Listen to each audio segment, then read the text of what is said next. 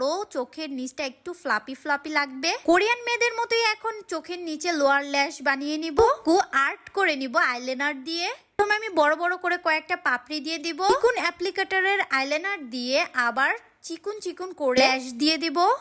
আমার কাছে তো কোরিয়ান আই লুক গুলো অনেক ভালো লাগে, তোমাদের কার কার কাছে ভালো লাগে অবশ্যই জানাইও তো। প্রথমে মাস্কারা দিয়ে আমি একটা ফলস ল্যাশ পরে ফেলবো। কোরিয়ান মেয়েদের ফলো করলে দেখবা বেশিরভাগ সময় তারা ইনার কর্নারটা এত পরিমাণে হাইলাইটার ইউজ করে, একদমই অল্প পরিমাণে ব্রাউ বনে হাইলাইটার দিয়ে দিব। একটা ব্রোনজার নিয়ে এখন নাকটাকে কোরিয়ান মেয়েদের মতো সার্জারি করে খাড়া করে ফেলবো। কোরিয়ান মেয়েরা নাকের প্রতি অনেক বেশি ফোকাস দেয়, কারণ তাদের নাকটা এত বেশি খাড়া হয় না, তারা প্রচুর পরিমাণে নোজটাকে কন্ট্রোল করে থাকে। কোরিয়ান মেকআপ লুক করব, গালগুলো গোলুমুলু না হলে কি একদমই ভাল লাগবে? আজকের ব্লাশ অন দেওয়াটা একদমই ডিফারেন্ট হবে চোখের নিচে। আমরা বাঙালিরা তো ব্লাশ অন গালের ভিতরে অ্যাপ্লাই করি, কিন্তু এইদিকে কোরিয়ান মেয়েরা বললাম চোখের একটু নিচ থেকেই ব্লাশ অন অ্যাপ্লাই করা শুরু করে